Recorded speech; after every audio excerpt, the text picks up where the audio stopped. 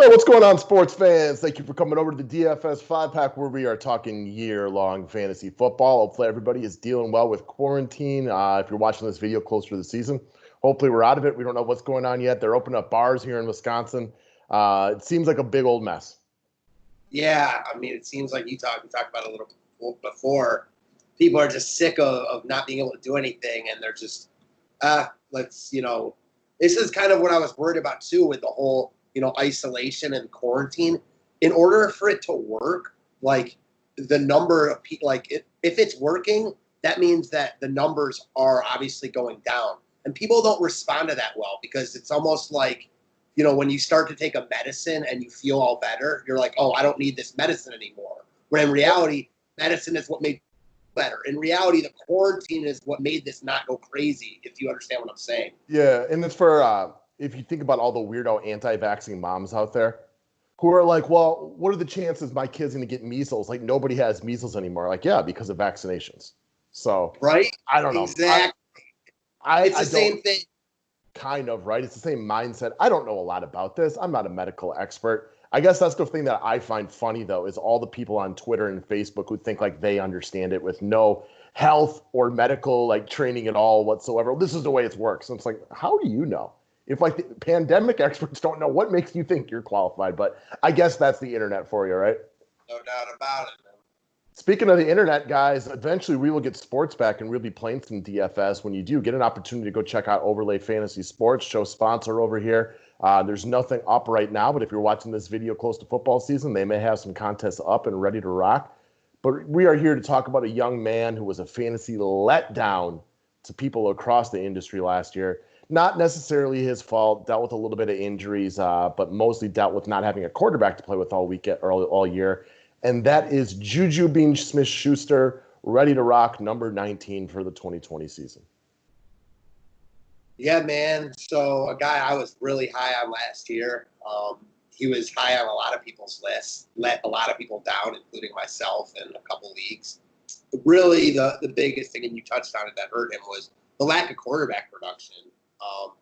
I think that I'll put it this way. I'm not sure he'll ever be the guy that people thought he was going to be going into last year. But I would venture to say that last year might be one of the worst years he ever has, if that makes sense. Well, it's hard to play an effective fantasy football wide receiver position when your quarterbacks stink. Now, we've seen good seasons out of the elites like Fitzgerald back in the day. DeAndre Hopkins has had some good seasons with less than stellar quarterback play. But really, if your quarterbacks are as bad as the Steelers had last year, and Juju's not as good as Hopkins, but most people aren't, it's difficult to succeed. So not really going to, chalk it up to him. Seems like he gets a mulligan rolling into this year, and it seems like his draft status, from the best of my memory, is similar to where it was last season. No reason really to think otherwise. Before we get into some of the details, though, guys, like and subscribe. Subscribe to the station. Hit the bell for notifications. Thumbs up is always appreciated. As far as, coaching goes, though, the Steelers are running out the same thing they have been. They are. The Steelers are one of the, best organizations in football and all sports. They continue to just make it work. Even last year, without quarterback production, they were still 500. So that's impressive. It is very impressive. I'm expecting a bounce back year from them, assuming Big Ben is hurt. The one thing I will say, though, that you just said that I disagree with, his ADP is like a couple rounds lower this year than going into last year. And I get that because he had a bad year last year. He wasn't a first-round pick last year. He was going in the second round for sure. He's going wasn't he ranked in the 30s this year? Yeah, late third, maybe early fourth. I thought he was more of a end of second, early third last year, if I remember correctly. He was like a second rounder. I know that a lot of people had him as their number one wide receiver on the board. So I know he went second wide receiver overall in a couple of my auction leagues. So I think that he's discounted this year, and for good reason, because he did stink last year. If Big Ben is healthy, though, man, I'm really interested to see the kind of bounce back year he can have. It's an intriguing guy to talk about at the very least, because he was very front and center in people's minds last year, and then coming off of a real stinker, which, again, we've said it 100 times, we'll say it 100 more. It's not really his fault. Last year was a lost year. When you go from a a guy who can move the chains like Big Ben to a couple of really, really not great quarterbacks, you're just never going to see the same production. It's just the nature of the beast. For sure. Now, another point that I think is important to touch on, a big reason why people were high on him last year was because Antonio Brown was no longer there, and he's going to be the number one option. I'm not positive at this point that that's the best thing for him. Obviously, he's going to get more hits, but he's also going to get more attention from defenses. That's why I think there's still even risk where he's being drafted now. I'm just not sure he's that guy, but I also think he has potential to be a definite number one wide receiver. I think this is a make it or break it year for him. I think, well, and he's also really young, right? He's 23 years old. He's a kid. There's room for improvement. There's room for him to grow. There's room for him to grow as a route runner. He's got a lot of ways that he can get better. You saw a major drop in targets last year, right? He missed 4 games. Also, I mean, the Steelers just could not sustain drives to the same capability. The running game wasn't nearly effective with Connor out of the lineup. This is a team that's going to be really intriguing and interesting to watch this year. A whole bunch of new pieces. I mean, are they going to go right back to what we expected last year, which is Ben, Connor, JuJu? But now, they drafted a wideout. Deontay Johnson actually outperformed JuJu Smith-Schuster last year. Is he the number one now, or are these guys pretty much equals? Is JuJu the clear number one? I'm intrigued to watch the Steelers this year and see what they're going to be throwing out there. I think JuJu's ADP this season makes a lot of sense. It's not one where I'm like, oh, it's way too low or way too high. I think it's very reasonable about where people are taking him. I agree, and I think you're 100% right there. Like, I expect JuJu to be the guy, but I love how you mentioned Deontay Johnson. I don't think most people are even considering that he could be the number one option. I think that that's viable. Yeah, he's good. The guy could play, right? I mean, he had a nice season last year for a rookie with no quarterback. I'm pretty sure he had the same quarterback situation as JuJu. Well, they play on the same team, so I would venture to say you're right on that one, Boss Man Bellman. I would not argue on that point whatsoever. JuJu had 166 targets 2 years ago, so I think that's a number that we should be intrigued on. When Big Ben is in there, they are going to sling the ball more effectively, we would think. I guess that's another cause for concern, though. I mean, Ben is not a young man anymore.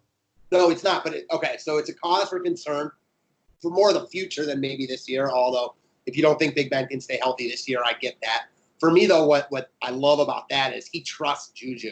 I know that, Antonio Brown was there getting a lot of love, but 160-plus targets is 160-plus targets. I think that I don't expect JuJu to see that type of number, but if Big Ben is healthy, the targets will be there. He's also, we've talked about a couple of guys, we've done these early videos, DK Metcalf, Alan Lazard, Odell Beckham Jr., all guys that I might tend to prefer in a standard league because we think they're going to hit big plays, score touchdowns. JuJu's the opposite. He's definitely a guy I like better in PPR formats. I think this is a guy all set up to have a whole bunch of games where he's 9 for 80. Maybe he doesn't hit pay dirt a lot. He's not a monster-sized guy, so he's not going to be as easy to get free in the red zone and things like that. So he's a guy I prefer in a PPR format because I tend to see he's going to get a lot of shorter passes and hope he can break it and take it to the house. Very similar to, I think, those 97-yard touchdowns he's had. A lot of those are more like slant patterns that go all the way. For sure. God, I had oh, yeah. So you were talking about how, last year he was, front and center, the popular guy. Yep. And that's 100% right. He was, the sexy pick last year. No Antonio Brown again with Big Ben being his number one guy. He's not the sexy guy this year because he had a last year. That doesn't mean he's in any worse of a spot than he was last year. I do think there are more injury concerns, and there's more red flags as far as JuJu goes. But the upside is still there. And these are guys that we talk about often that we like in DFS and regular season. Guys that were going really high last year or yesterday that we can now get for a discount. As far as what the Steelers did in the offseason, a lot of minor moves. Nothing that's really sticking out to me as a positive or a negative for JuJu. They signed Eric Ebron. Okay, cool. I wasn't really looking for JuJu to be a force in the red zone. That's Ebron's best thing that he does, unless you want to call it dropping balls, which we don't really want to attribute to him. So that doesn't mean much to me. They grabbed Derek Watt to play the fullback position, a little bit of special teams. That doesn't mean too much to me. They drafted Chase Claypool with the number 49 pick overall. Any thoughts or feelings on him as a wide receiver going into the professional rankings? He's good. I like the fit for him coming out of Notre Dame. I think he has potential to be a solid NFL receiver, but I'm certainly not worried about him eating into JuJu's production. No, I wasn't worried about that. But where it could help is maybe a stronger wide receiver core Yeah. overall. So I don't looking at it as a bad thing for JuJu. I wouldn't even call it a good thing. It's just a thing. Maybe if anything, though, I'll give it a subtle uptick to the positive side of just the overall Steelers offense. They drafted this kid Anthony McFarland in round 4 to play running back. All that means is they have a stable of running backs right now, and if anything, that takes away from Connor this season, since they got a couple of guys that can play in the backfield. They do. They have a nice stable. He's good. He's a nice change of pace back. They have Connor and then Benny Snell, who's good. All right, so variety of guys back there. Yeah, and So I'm with you 100%. I will not be touching Connor personally. No, I wouldn't be very interested in any running back from the Pittsburgh Steelers this year. Again, if you want to take a chance on Connor, I understand it, but he's also a guy I feel like you're going to have at least one guy in every draft, unless you play in a real high-level league, who's going to believe that James Conner is still this bell cow. So they're going to have that one guy probably who drafts him a little bit early, which means you're not going to get him falling as far as you might want him to do. It would be my prediction for most leagues. If Pittsburgh had a bell cow that, I would love them. But I don't think Connor is going to be a true bell cow to your point. No, neither do I. All these guys, specifically with Snell and McFarland, get work. Snell is good. Yeah. So where is JuJu going right now? He's got a little bit. He's in that range of wide receivers. So I saw him from 11 to 18.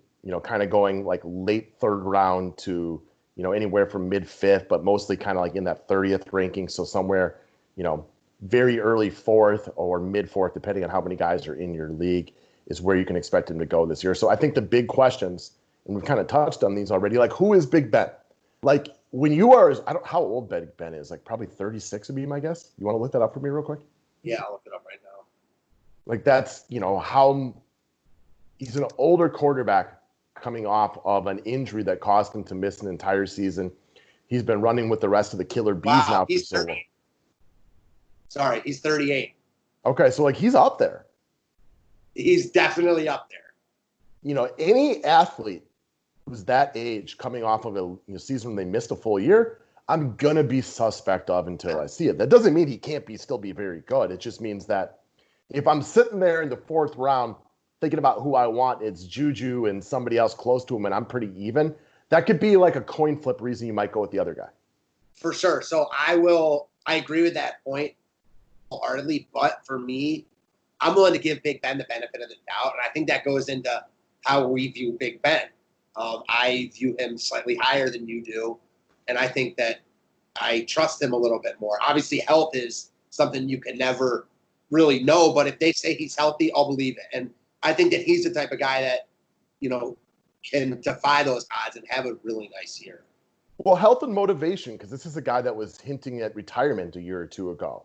Did leaving last year on this injury light a fire under him that has him coming back, trying to play real well? Or is he just kind of walking out there trying to get paid? I don't know the guy. I can't answer that question. We have 0 conversations in a real life level. So I have no inkling as to which Big Ben that we're going to see this year. I agree. So if y'all know him, feel free to comment in the comment section, but I'm assuming most of you guys don't. So Big Ben's a question. Again, I asked, is Johnson the number 1 now over JuJu? I don't think so. But I don't think it's a bad thing. I think they operate better having 2 quality receivers. And it's not like he went out there and was doing, Michael Thomas things or anything like that. He just had a real solid rookie campaign. So it's not one that gives me real cause for concern, but I was looking for talking points. In your mind, where are you thinking you would target JuJu in a snake draft? Probably in the 3rd round. It doesn't really matter where if I really wanted him. Depending on who I got in the 1st round, I was able to secure the 2 running backs I really liked, definitely in the 3rd round. If not, maybe the 4th round, because I think people are sour on him. But I will say, and I keep thinking about the Steelers a lot. In one of our earlier videos, you asked me who is a sleeper team that no one's talking about to go to the Super Bowl, and I picked Philly. But I have been thinking about that question, and as much as I hate to say it, I think Pittsburgh is my team there. Because you're right about Big Ben. We don't know we don't know which Big Ben is going to show up. But for me, this is a guy that's won a couple Super Bowls. He's a Hall of Fame caliber quarterback. Into maybe his going to his at least couple last seasons. I feel like he knows his legacy is on the line, and It doesn't mean he's going to play well. But, again, I like the cut of the Steelers' jib. I like the cut of his jib. I'm not going to be surprised if the Steelers are really good this year. And I can see that. Again, I don't know this, right? Like, I don't know the man. But when we talk about Big Ben and him, like, flirting with retirement a couple of years ago, that's usually not a buying sign. But here's the flip side of that. What if he was just tired of all the games in the locker room with Le'Veon Bell and Antonio Brown and whatever was going on between all of them? I'm not saying that he's not to blame for any of that. He very easily could be. But those dudes are all gone now. Maybe that invigorates him. Maybe that brings him back to the point that he's having fun playing football again. I mean, I'm sure I'm not the only one out there that can go back to a point, even like in high school, and think about a coach or a teammate that you might have had that took the fun out of playing a certain sport. And then once that wasn't there anymore, it got fun again. Maybe it's fun for him this year. Or maybe he's just done and trying to get paid. We don't know, but they are things to consider. Maybe things to look into more. Maybe you look for some of that narrative speak during preseason a little bit and try to figure out what your thoughts are on them. For sure. We don't know. Maybe he'll never be the Big Ben of old. I mean, because as much as he might want to do it, like we talk about a lot, that doesn't mean he'll be able to do it. I mean, because the NFL, everyone wants to do it. Defenses are fast. They're faster than they were. Missing a year is never really is never optimal, obviously. No, like my boy Aaron Rodgers is an older man right now, and I would love for him to be able to just flip it. People are like, oh, he's going to be motivated this year and stuff like that because of Jordan Love. Like, what makes you think that Aaron Rodgers wasn't motivated last year? You think he played bad in the first half against San Francisco or most of the game because he wasn't motivated, or because they were just a lot better than him? They were outcoached and outplayed in every sense of it, right? Like, it's tough to say. I can see Ben definitely feeling positive about it right now because there was a lot of drama in that locker room for a few years, and that'll weigh on your mental faculties. So it's an intriguing team to watch this season, to say the least. 100% agreed all the way around. So you're looking more for JuJu around that 30 mark? Yeah, around that 30 mark. The other thing I like about him, and I'm glad you just transitioned back to JuJu, is I just talked about the Steelers, and I like them this year.